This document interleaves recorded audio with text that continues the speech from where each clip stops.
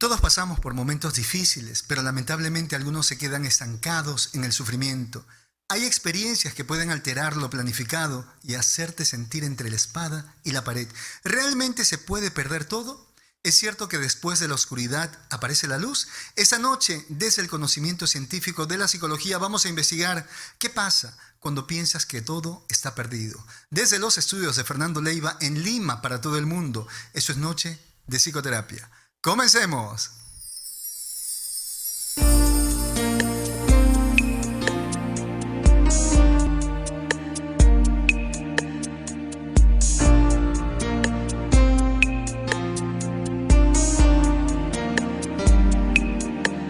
En esa noche estrellada me enamoré de tu mirada y una estrella que viajaba se enamoró de nuestras almas.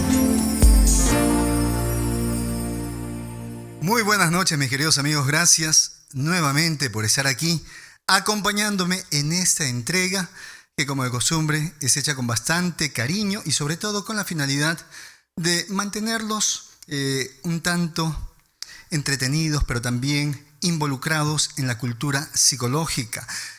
Vamos a hablar acerca de un tema importante, interesante, pero ese tema no radica especialmente en la motivación, porque muchas veces cuando se maneja esos temas de qué vas a hacer cuando todo está perdido, se tiene una gran tendencia hacia la motivación. Y sí, la motivación forma parte de transitar hacia aquello que nosotros queremos, pero la motivación por sí sola no ayuda.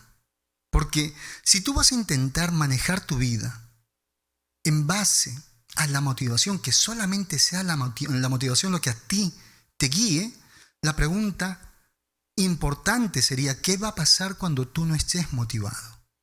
Porque mira, la motivación proviene de un estímulo. ¿Qué va a pasar cuando no tengas ese estímulo? Entonces, ¿qué vamos a hacer?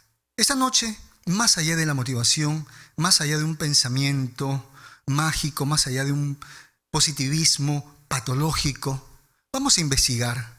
Sobre todo, vamos a investigar el camino psíquico de aquella persona que piensa que lo ha perdido todo. ¿Qué ocurre en la mente o qué ocurre en tu mente cuando tú crees que todo está perdido? Porque es importante la investigación, porque saber en qué consiste el problema nos va a ayudar a conseguir una verdadera respuesta. Si solamente nos motivamos, esa motivación solamente va a ser como una inyección de energía momentánea, pero va a desaparecer. Pero es muy diferente cuando tú investigas. Cuando tú estás enterado de cuál es la base del problema, puedes encontrar una solución, una verdadera solución que te ayude a mantenerte, no solamente a respirar por un momento, sino que te puedas mantener en un proceso óptimo, saludable. Ahora, ¿qué es el pensamiento? Es necesario dar esa definición. Es un conjunto de ideas, de recuerdos, de creencias que están relacionadas, es decir, es un sistema que nos va a ayudar a tener una representación de todo aquello que nos rodea y una representación de uno mismo. Entonces, tus pensamientos son un conjunto de ideas, aprendizajes, recuerdos que te ayudan a tener una realidad. Pero ¿es tu realidad? Ahora, ese proceso de pensamiento puede ser voluntario o involuntario. Entonces, las personas tienen diferentes tipos de pensamientos. Bueno, miren, hay pensamientos muy optimistas, hay pensamientos catastróficos. Todo tiene que ver en la manera como se están organizando las ideas y los recuerdos, pero también aquellos aprendizajes. ¿Y qué sería perder? O sea, porque aquella persona que piensa que lo ha perdido todo, perder no es otra cosa que extraviar algo que en algún momento se poseía. Pero cuando la persona dice, lo he perdido todo, debemos hacernos una pregunta importante. Si tú, en este momento, crees que lo has perdido todo, si tú en ese momento estás sentado, tal vez estás llorando y dices que lo has perdido todo, te voy a hacer una pregunta. ¿Conoces lo que es todo? ¿Realmente conoces la totalidad como para decir que lo has perdido todo? Porque no se pierde todo en la vida. Se pierden algunas partes. Se puede perder dinero, se puede perder una relación de pareja, se puede perder un trabajo, pero no se pierde todo. Ahora, la persona que cree que lo ha perdido todo tiene una visión alterada de su realidad.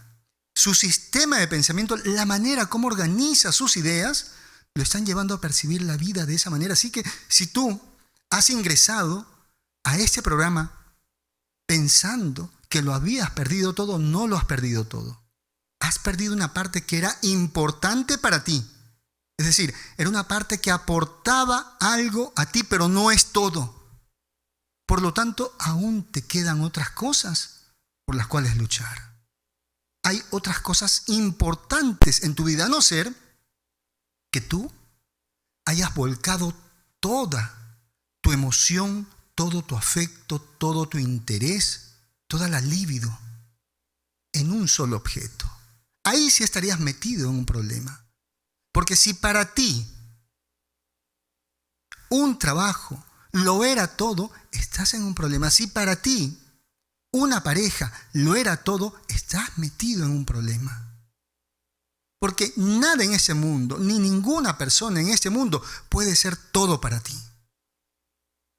Por lo tanto, entiende esto. Vamos a trabajar aquella manera de pensar que tú tienes.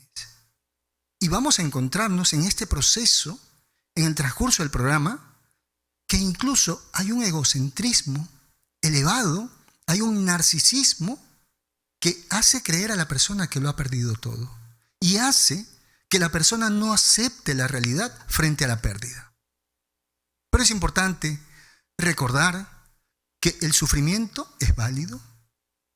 Así hayas perdido un poco de tu vida, pero igualito la pérdida amerita un duelo. Y el duelo trae como consecuencia un sufrimiento. Por lo tanto, sí es válido que te sientas triste, sí es válido que estés llorando, sí es válido que en ese momento estés desanimado, desanimada. Pero tienes que entender, esa tristeza proviene de un duelo porque has perdido una parte de tu vida que era importante. Pero en este momento vas a tener que aceptar que no lo has perdido todo. Entonces, ¿por qué llegas a creer que lo habías perdido todo? ¿Por qué llegas a sentir esa tristeza tan grande? Porque cuando tú crees que una sola cosa, que un solo objeto en la vida lo es todo para ti, sí, te genera un duelo muy fuerte, pero también te deja un gran vacío, que es igual a una gran debilidad. Entonces la persona que cree que lo ha perdido todo, se pasa la vida mirando sus debilidades, lo que no tiene, lo que no puede, lo que no sabe, lo que le volvieron a quitar. Y no es otra cosa que profundizar en la baja autoestima. Así que aquí hay que tener cuidado cuando las personas depositan su vida, su atención en una sola persona o en una sola situación. Peligro para aquellos que se refugian en su pareja, que dicen mi pareja lo es todo, como esas canciones de amor, para aquellas personas que dicen mi trabajo lo es todo.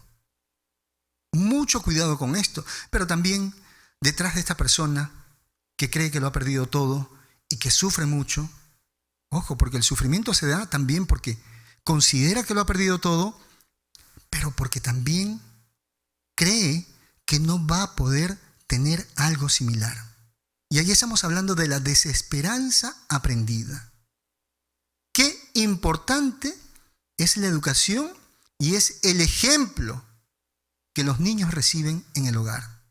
La desesperanza aprendida es un síndrome, es decir, es un conjunto de síntomas que hacen que la persona sienta que no hay nada más para él en la vida. Entonces, esta persona de repente con mucho esfuerzo llegó a conseguir una sola cosita en su vida. un buen trabajo tal vez, y de repente lo sacan de ese trabajo. Y esta persona se hunde porque ya tenía como base esta desesperanza aprendida. Aprendió de sus padres a no esperar mucho. Esos padres que dicen que los ricos ya están completos, que son pobres pero felices, que algunos nacen con estrella y otros estrellados. Son padres que están enseñando a sus hijos a no esperar nada. Esos padres que entre broma y broma le dicen a sus hijos, no aspires a tanto, eres muy ambicioso. ¿Quién les ha dicho a ustedes que la ambición es mala? Hay ambiciones sanas y en la vida debemos ambicionar. Tenemos tanta tecnología gracias a la ambición, a una ambición sana, a una ambición que no atropella, a una ambición que no es parasitaria. Entonces, esta persona que siente, que piensa que lo ha perdido todo, va a utilizar ¿qué cosa?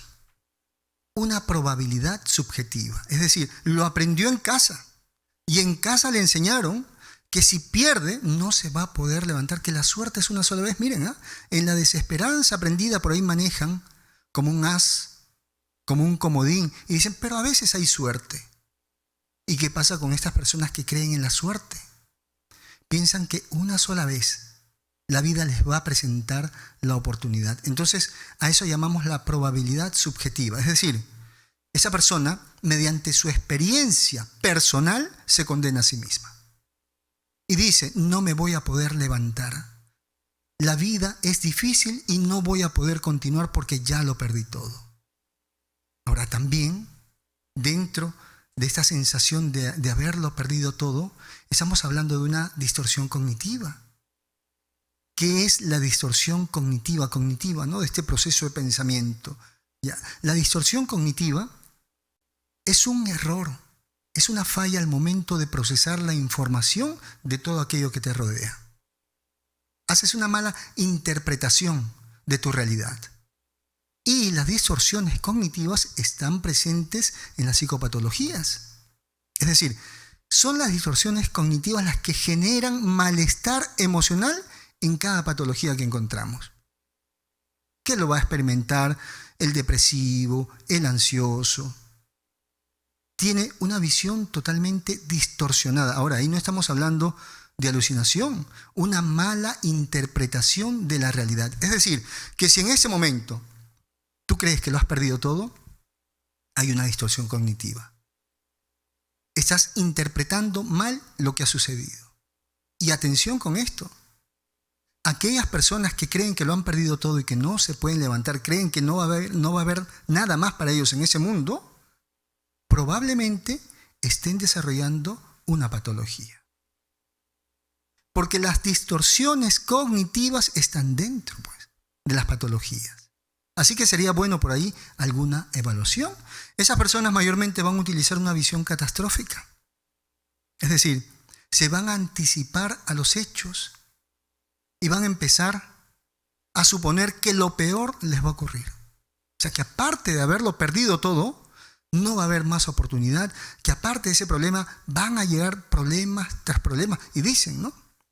Por ahí hay personas con esa visión catastrófica que dicen que las desgracias llegan juntas. Ya, esa frase es de aquellas personas que tienen una visión catastrófica frente a la vida, y sería bueno que esas personas puedan buscar ayuda. Más vale prevenir que lamentar, porque una vez que la patología ya se ha presentado, señores, es difícil. Porque la patología exige que la persona vuelque toda su atención hacia aquellas creencias, hacia aquellas distorsiones cognitivas. Y a veces no tiene tiempo para pensar en una solución. No tiene a veces la suficiente energía para buscar ayuda. Y dentro también de este tema es importante diferenciar el miedo y el pánico. Porque las personas, cuando dicen que lo han perdido todo, experimentan un miedo. Pero ese miedo es natural. ese miedo es una fuerza natural que todos tenemos. Es como un sensor que te dice, esto no está bien. Tienes que alejarte o tienes que luchar. Pero el pánico es totalmente diferente. Vamos a imaginarnos lo siguiente. Vamos a imaginarnos que en algún momento llega un problema, llega tal vez esa desgracia, que tú crees que lo has perdido todo. Que aquí es el problema. El problema está afuera. Es lo que tú percibes en base a tus ideas, a tus creencias. Y ese problema ha sido detectado por tu sensor del miedo. Aquí hay algo difícil, aquí hay peligro, dice el miedo, y el miedo comunica unas fuerzas, que son esas fuerzas de supervivencia. ¿Y qué te dice esa fuerza de supervivencia? Frente a este problema, ¿vas a luchar o vas a escapar? ¿Le vas a encontrar una solución o lo dejas pasar? Solamente debes hacer dos cosas. Y eso lo hacen incluso los insectos. Se defienden o escapan. Pero ¿cuál es el problema del ser humano? Que ese miedo, ese sensor, empieza a fallar y en lugar de llamar a esa fuerza para luchar o para escapar, el miedo no lo deja fuera, lo conecta y hace que este miedo que ya está dentro de él se comunique con todos aquellos recuerdos. Recuerdo que una vez mi mamá se quedó sin dinero, recuerdo que una vez nos quedamos en la calle y es ahí donde nace el pánico. Es ahí donde se refuerza todo este problema con un pensamiento dramático basado en recuerdos muy duros. Entonces sí, el miedo es necesario.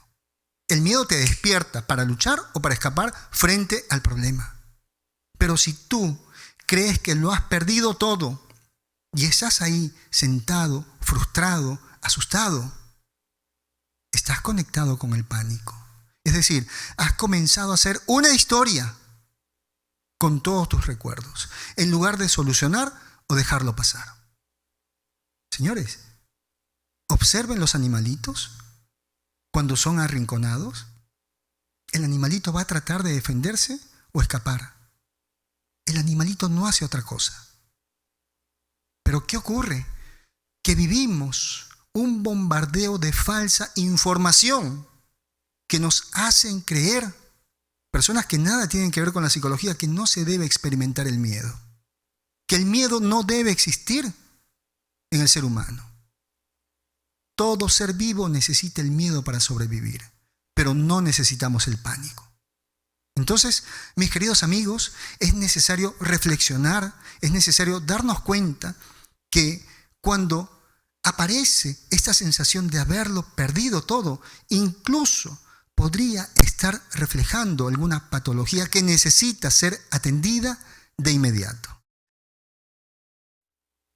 ¿Por qué existen personas tan frágiles ante la adversidad y que sienten que no se pueden sobreponer, que no se pueden levantar?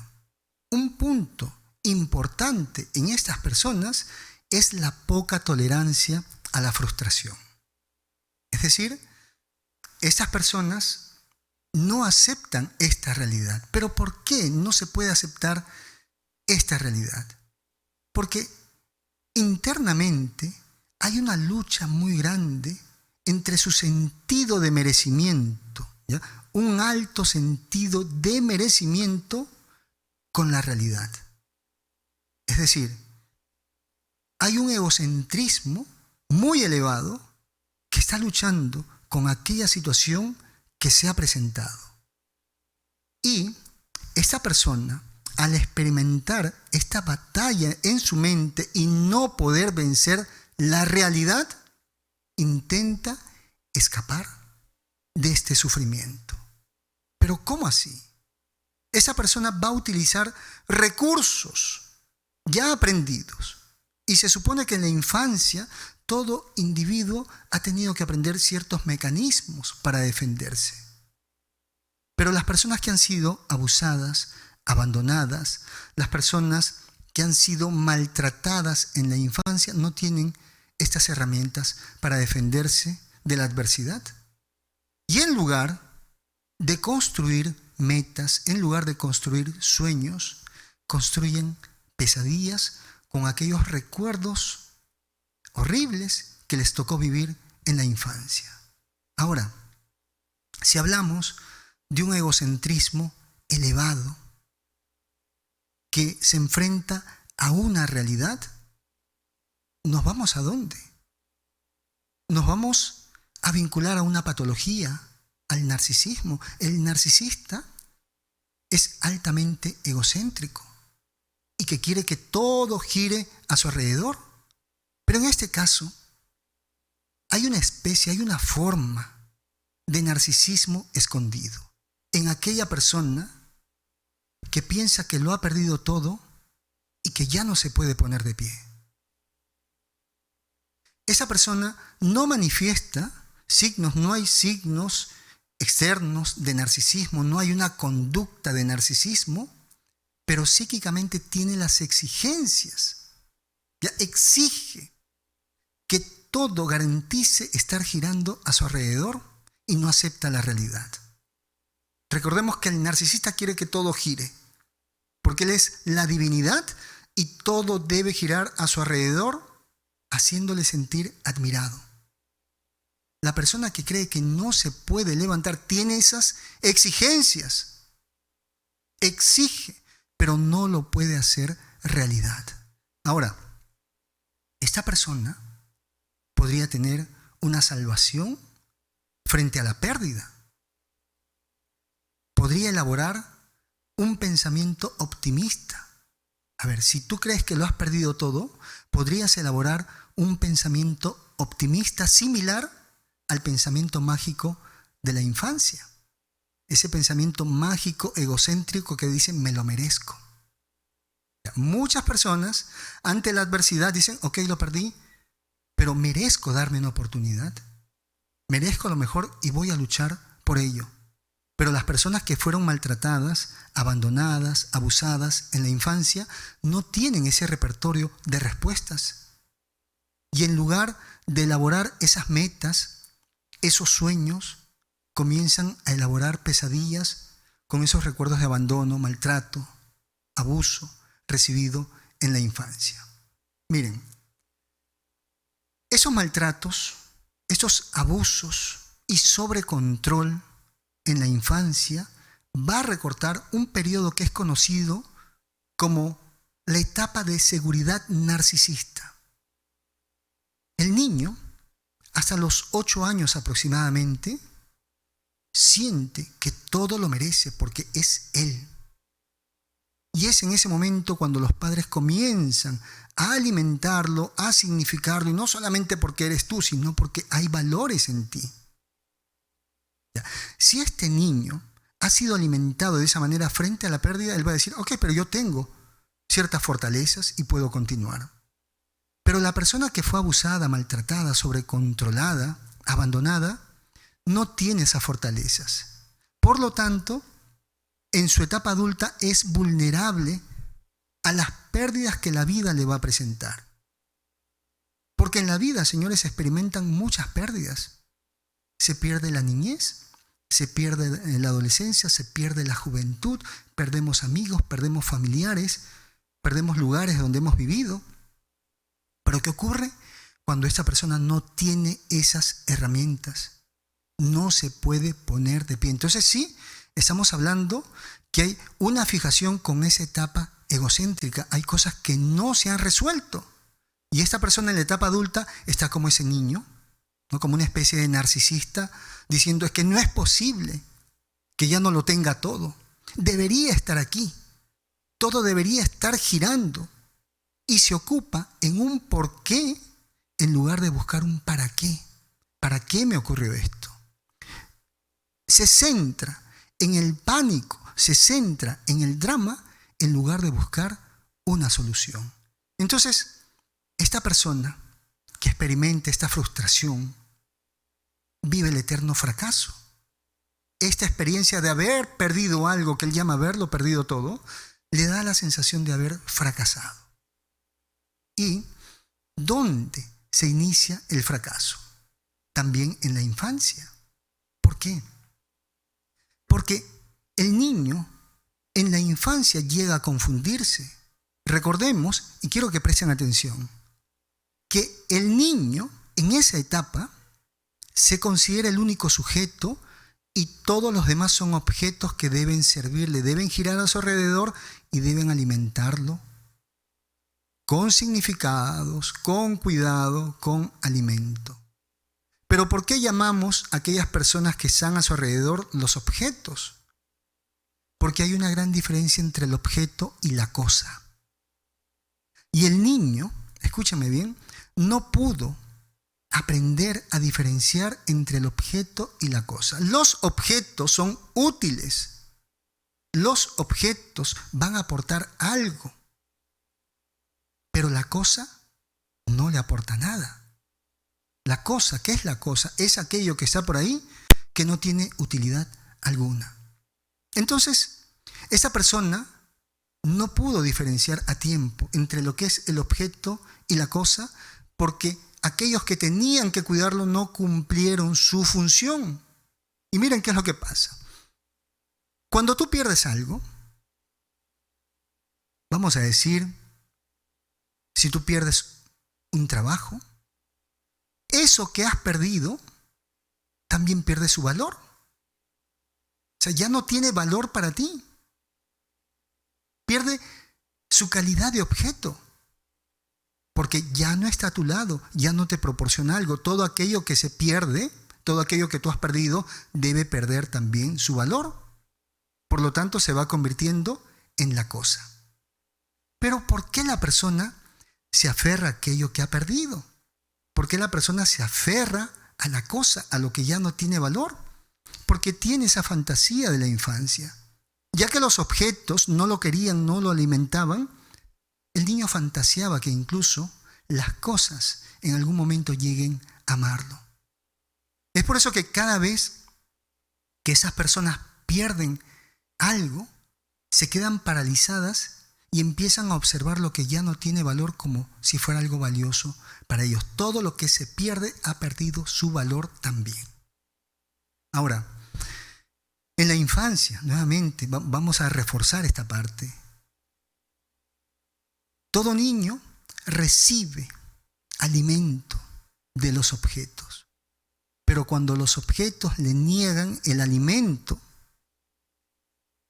se va a refugiar en las cosas a través de la fantasía. Ante el fracaso, ante la sensación de haberlo perdido todo, ¿qué aparece en la vida de esta persona? A ver, si tú has vivido esta gran pérdida y sentías que no te podías levantar, ¿sabes quién apareció dentro de ti? El superyo tirano. Ante el fracaso, surge la presencia de un superyo tirano. ¿Qué era el superyo? El superyo era un depósito, vamos a imaginarlo así, donde íbamos a alojar todas las normas, todas las leyes. Y ese superyo era un regulador para tu conducta. Era lo que te decía, por aquí sí, por aquí no. Hasta aquí solamente puedes llegar. El superyo es saludable, pero el superyo tirano es autodestructivo. Entonces, todo niño que fue maltratado, que fue golpeado, que fue castigado, que fue humillado y abandonado por sus padres, ha llenado el superyo con complejos de inferioridad, con complejos de culpabilidad. Miren, en lugar de llenar su superyo de normas, de moralidad, ahora tiene complejos.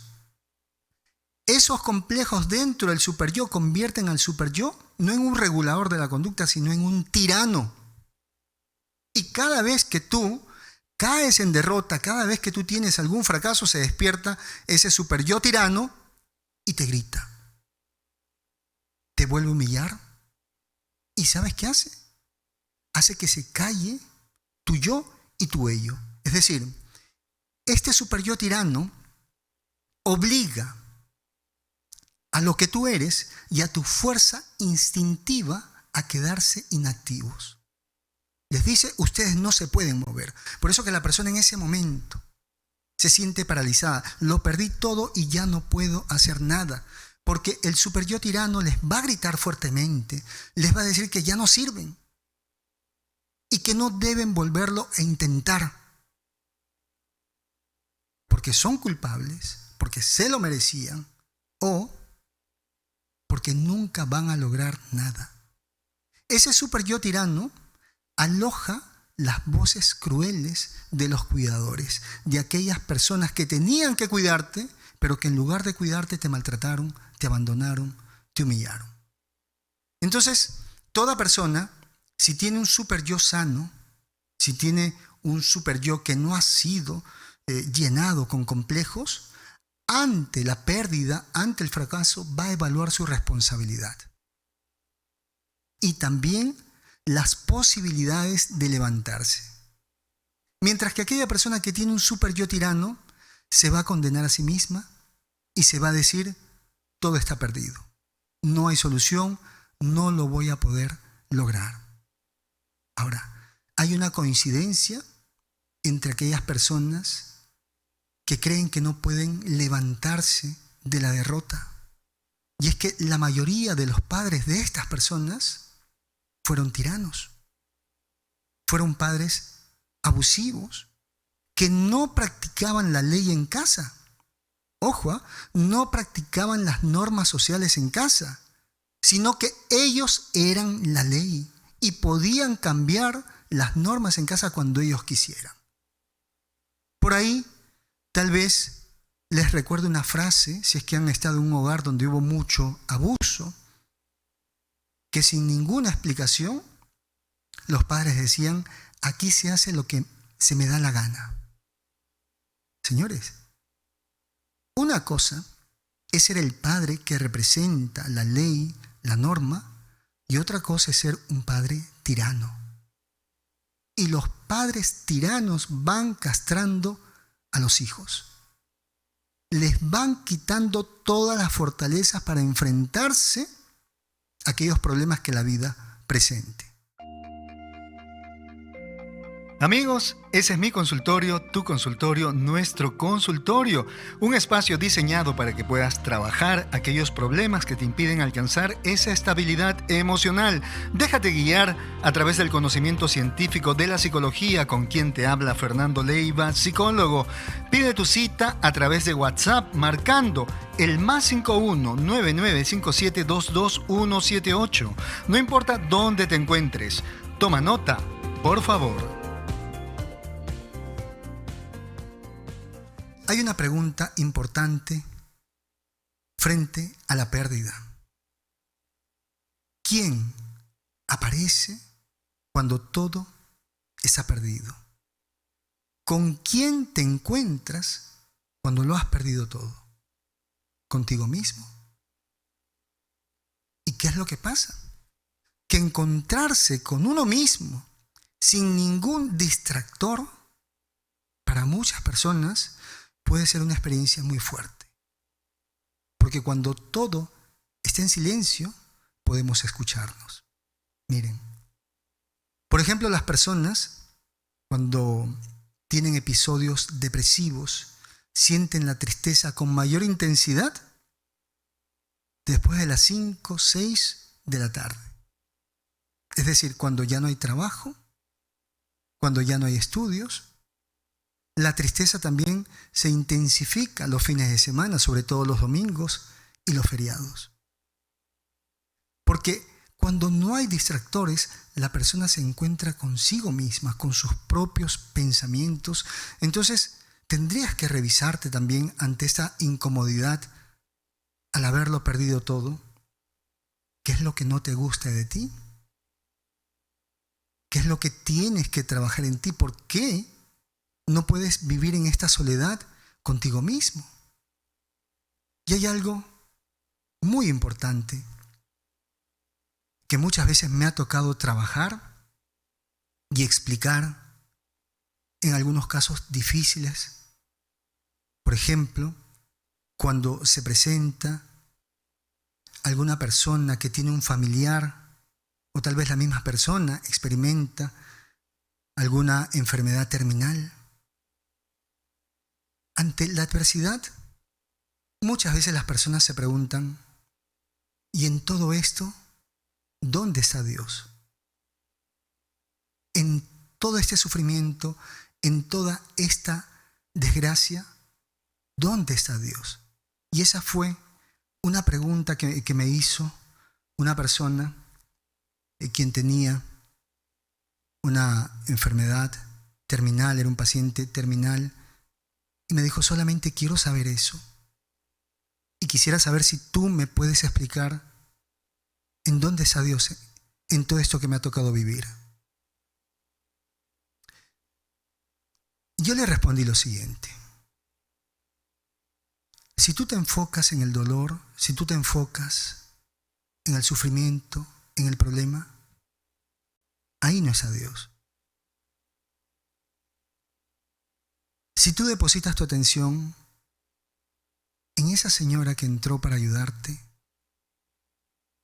en tus familiares que están atentos a ti,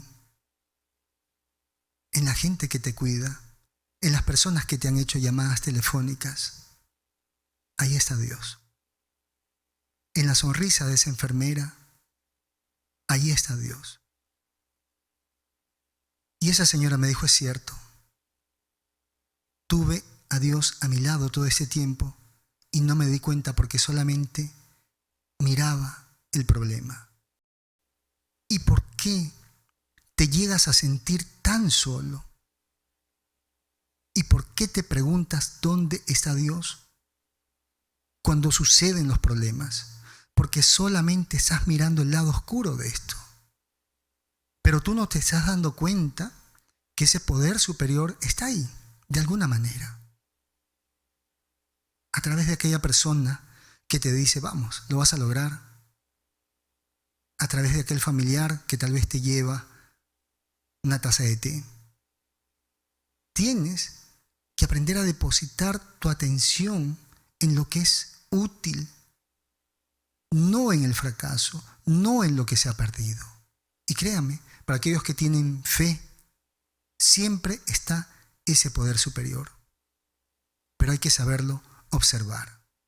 Ahora, para poder enfrentar todo esto, porque es importante, luego de entender en qué consiste el problema de aquella persona que cree que no se puede levantar porque todo lo ha perdido, hay que ponerle acción. Hay que trabajar. Ya sabes en qué radica tu problema, ahora hay que trabajar. Y para eso hay que aprender a ser objetivos frente al problema y dejar de lado el pensamiento dramático.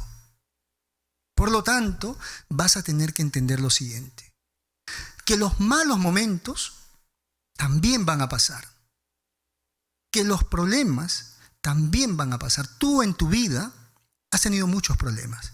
Quiero que en ese momento recuerdes cuántos problemas has tenido. Mira, hay muchos de esos problemas que tal vez en ese momento te aterraban, pero ahora ni siquiera los recuerdas. Así que no le des mucha energía a un problema que en el tiempo también va a pasar. Por otro lado, vas a tener que entender esto, que hasta los mejores barcos se pueden extraviar, hasta los mejores marinos por ahí pueden salirse del camino, pero los buenos marinos, a pesar de estar extraviados, siempre van a tratar de mirar al faro para poderse guiar. Es decir, que las grandes personas también pueden tener malos momentos, pero eso no significa que tú vayas a apartar tu mirada de tus metas, de tus propósitos, porque solamente es un pequeño desvío en el camino. No puedes creer que porque en este momento las cosas no están funcionando, nunca van a funcionar. Si tú crees que ha sido un mal día, quítale esa etiqueta de mal día. no es un mal día, es un día para prepararte. La vida te prepara, al igual que tú te preparas en el gimnasio. Si tú vas al gimnasio y te duele, te estás volviendo fuerte. Las adversidades incrementan nuestra capacidad de respuesta. Pero también tienes que preguntarte algo. ¿Tú crees que seguir pensando de esa manera? ¿Tú crees que quedándote quieto vas a obtener solución? ¿Vas a obtener paz? ¿Vas a obtener dinero? No. Tienes que comenzar a moverte. Tienes que encaminarte nuevamente, pero sé que estás herido por la situación. Sé que en ese momento comenzaste a mirar todas tus debilidades, pero en este momento vas a tener que comenzar a mirar tus fortalezas y vas a hacer una lista de las fortalezas que tienes, porque créeme que si tú sigues pensando en lo que no tienes, en lo que no puedes, en lo que no sabes, en lo que perdiste, no vas a poder continuar. Pero si tú haces una lista de tus fortalezas, vas a estar dispuesto a enfrentar cualquier problema. Esa es la actitud que tú debes mantener frente al problema, ¿sí? ¿Eres realista? Perdí esto, pero tengo estas fortalezas. Señores, y las fortalezas se agradecen. Porque si tú agradeces por las fortalezas que tengas, creatividad, inteligencia, carisma, cualquier fortaleza, si tú agradeces por tus fortalezas, comienzas a estar satisfecho contigo. Y como consecuencia comienzas a experimentar felicidad. Así que es necesario, en este proceso, alejarnos del pensamiento dramático, pero también conectarnos con las fortalezas. Por otro lado, comenzar a agradecer para poder experimentar la satisfacción y como consecuencia la felicidad. Y luego que hemos dado todos esos pasos, vamos a la acción. Porque sí, perdiste en esta oportunidad, correcto. Perdiste un juego, pero no has perdido el juego de la vida. Así que es momento que puedas establecerte un nuevo juego, un nuevo reto, pero tienes que aprender de los fracasos. Sobre todo, define bien qué es lo que quieres alcanzar. Define muy bien cuál es la meta, porque muchas personas fracasan en el camino porque no saben con exactitud qué es lo que están buscando. Entonces en el camino llegan a confundir la meta real con pequeñas metas que habían por ahí, con pequeños estímulos. Entonces, paso número 1, hay que definir bien el objetivo. Por otro lado, vamos a modificar un poquito nuestra experiencia, como algunos llaman hackear la mente. ¿Cómo se hace esto? Porque necesitamos también la actitud. Miren lo siguiente, a ver, ¿qué pasa cuando tú, ante el problema, ante la adversidad, tú comienzas a tratar con el pensamiento de controlar lo incontrolable? Es decir, comienzas a manejar posibilidades ante la pérdida y el lamento y el fracaso. Comienzas a estresarte y tu cuerpo genera cortisol, la hormona de la ansiedad. Te pones ansioso y hay tanto cortisol que en el tiempo incluso llegas a experimentar un poquito de confusión. ¿Qué puedes hacer tú para modificar esto? Comienza a centrar tu atención en aquello que puedes controlar. ¿Qué controlas? Lo que piensas y lo que haces. Ahora, de repente, en el día hay 2, 3 cosas que puedes controlar, está bien, pero necesitas estimular un poquito más a tu mente. Para eso hay un truco que les he enseñado a mis pacientes, que se llaman microtareas. ¿Cómo así? Vas a hacer una lista de pequeñas tareas. Pequeñas tareas. Por ejemplo, yo tengo microtareas desde que me despierto. De repente, una micro tarea podría ser tomarme un café, limpiar de repente el celular en menos de un minuto, colocar los lentes en algún lugar. Son pequeñas tareas, pero cada vez que se ejecutan las tareas, las micro tareas, hay que decir con fuerza en la mente, lo hice, como si marcáramos un check.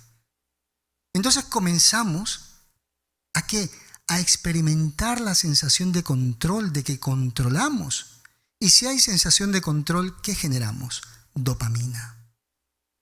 Y empezamos a experimentar cierto placer, como cierta motivación, cierta energía, cierta vitalidad. Algunos dicen, estoy como un poquito eufórico. Bueno, es que has empezado a generar dopaminas. Pero ahora mira, frente al fracaso, ¿qué es lo que hace la persona? En lugar de estar haciendo todo el día check, sí lo hice, con cosas pequeñitas, todo el día está recordando lo que perdió, el sufrimiento, está por ahí rumiando las posibles consecuencias, y eso está generando ¿qué cosa? Mayor cantidad de cortisol, la hormona de la ansiedad. Entonces, tarea para todos. Lista de micro tareas. Todos los días hay que tener pequeñas tareas, chiquititas, para experimentar un poco esa sensación de control. Tenemos que aprender a darnos un buen trato. También, ante la adversidad, señores, vamos a enfocarnos en el ¿para qué me sirve todo esto? ¿Qué aprendo de esto? ¿Para qué me ha sucedido esto? Para poner mayor atención, para ser más responsable, para no ser tan confiado. Pero no te enfoques en el por qué. El por qué solamente va a explicar la causa del sufrimiento. Tú necesitas el para qué. Es decir, ese para qué me sirve te está colocando un punto en el futuro. Es decir, ahora ya hay cierta motivación para transitar, para continuar. Y mira, vamos a ser sinceros. Cuando aparece el problema, cuando crees que lo has perdido todo, muchas veces llegas a pensar que solamente existen dos caminos: rendirte o seguir. Escúchame esto. No te rindas. Inténtalo una y otra vez. Si es posible, inténtalo de otra manera. Y enfócate en objetivos reales.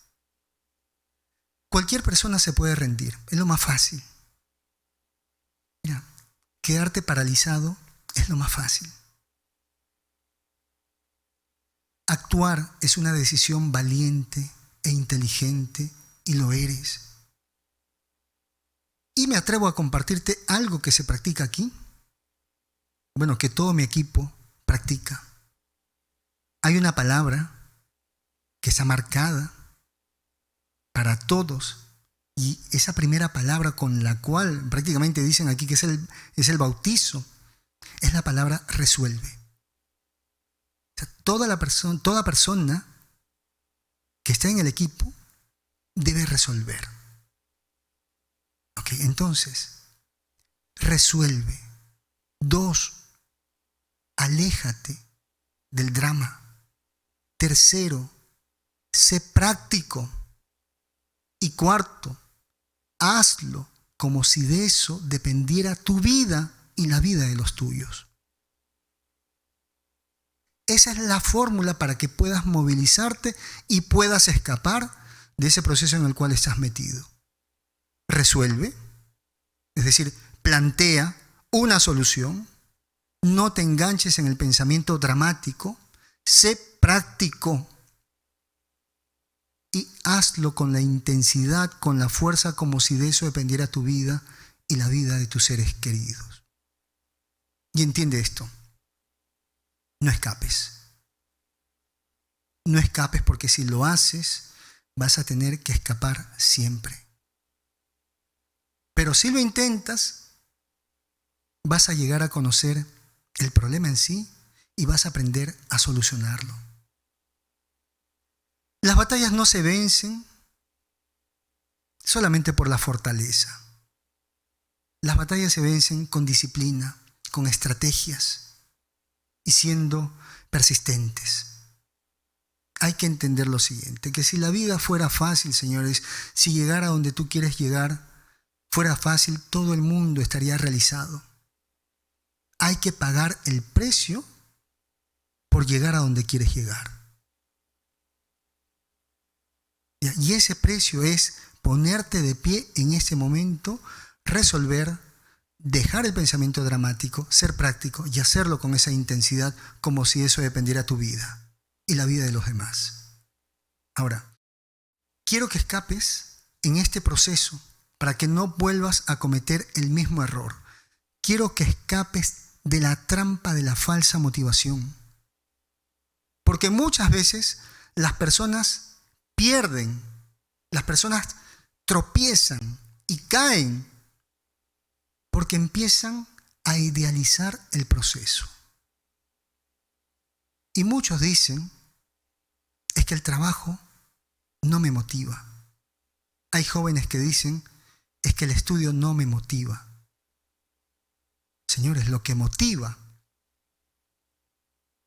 es la meta, es lo que vas a obtener al final del proceso. A ver, se ha vendido mucho esta idea de que la persona debe trabajar siendo extremadamente feliz. Cuando a ti te dan un título, no dice ese título, bienvenido a la fiesta. No, ese título es la autorización para que puedas trabajar, para que puedas enfrentarte a los problemas que el ámbito laboral te va a plantear. Y sí, es trabajoso, por eso se llama trabajo. Pero ¿dónde está la motivación? En lo que vas a conseguir.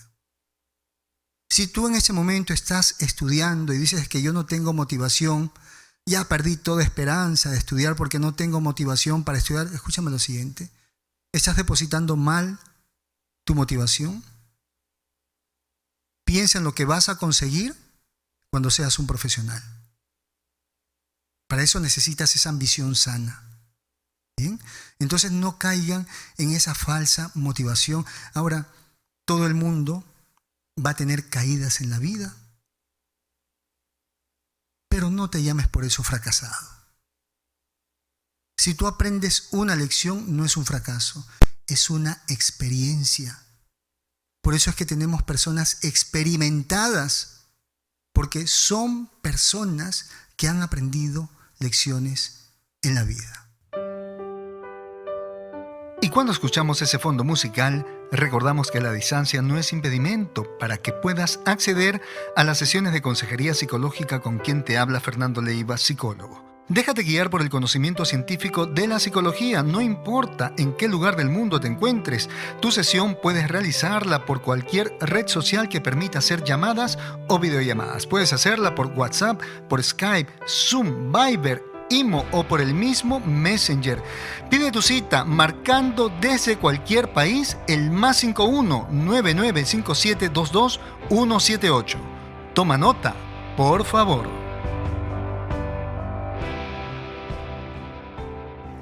A manera de conclusión, la adversidad forma parte de la vida. Los problemas siempre van a estar presentes.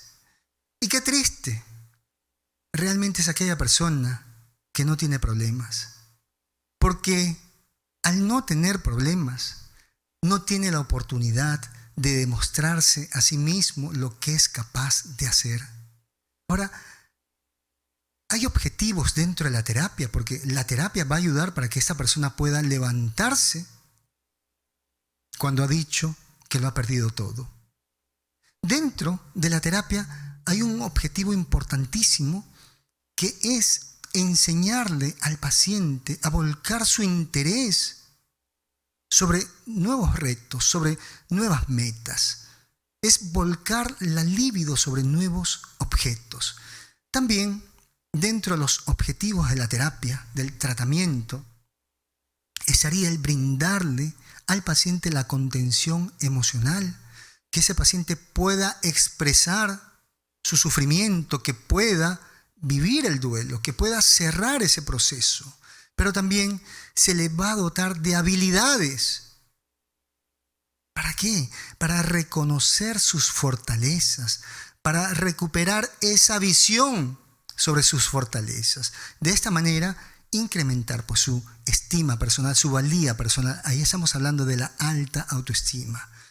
También otro de los objetivos de la terapia es un plan de ejecución.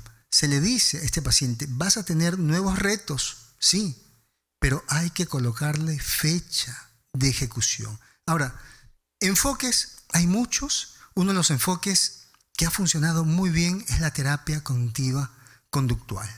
Sobre todo, hay una parte donde se le ayuda al paciente a generar una especie de debate contra ese pensamiento que tiene, ¿no?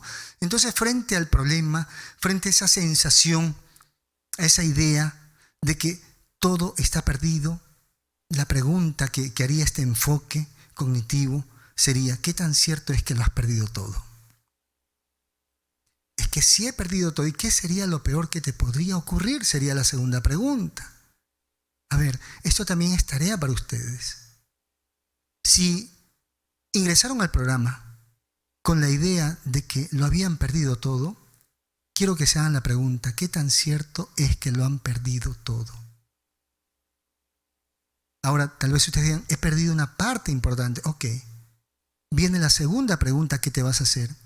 ¿Y qué es lo peor que te puede pasar al haber perdido esto? Ah, que me quede sin trabajo. ¿Y qué es lo peor que te puede pasar que te quedes sin trabajo? Que busque un nuevo trabajo.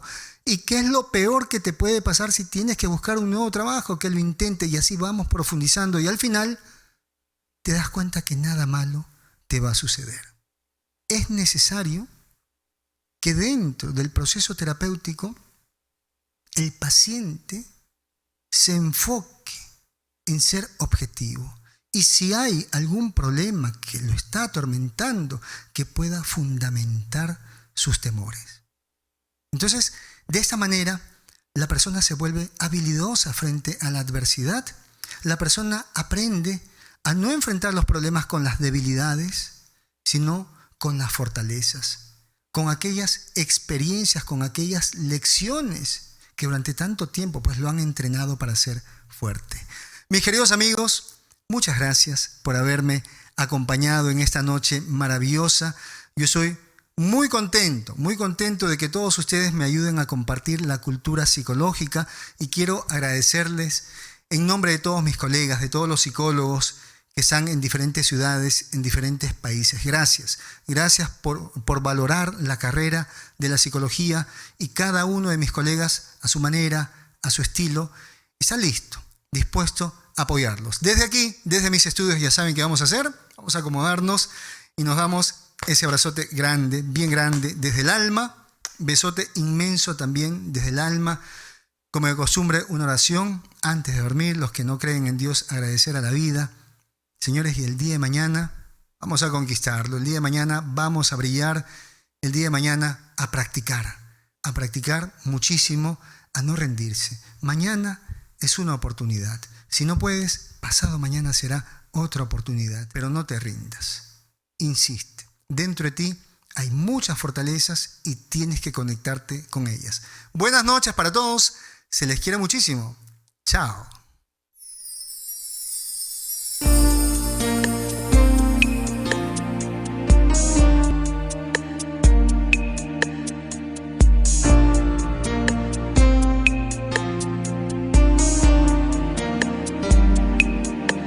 En esa noche estrellada me enamoré de tu mirada y de tus manos tan blancas que se paseaban por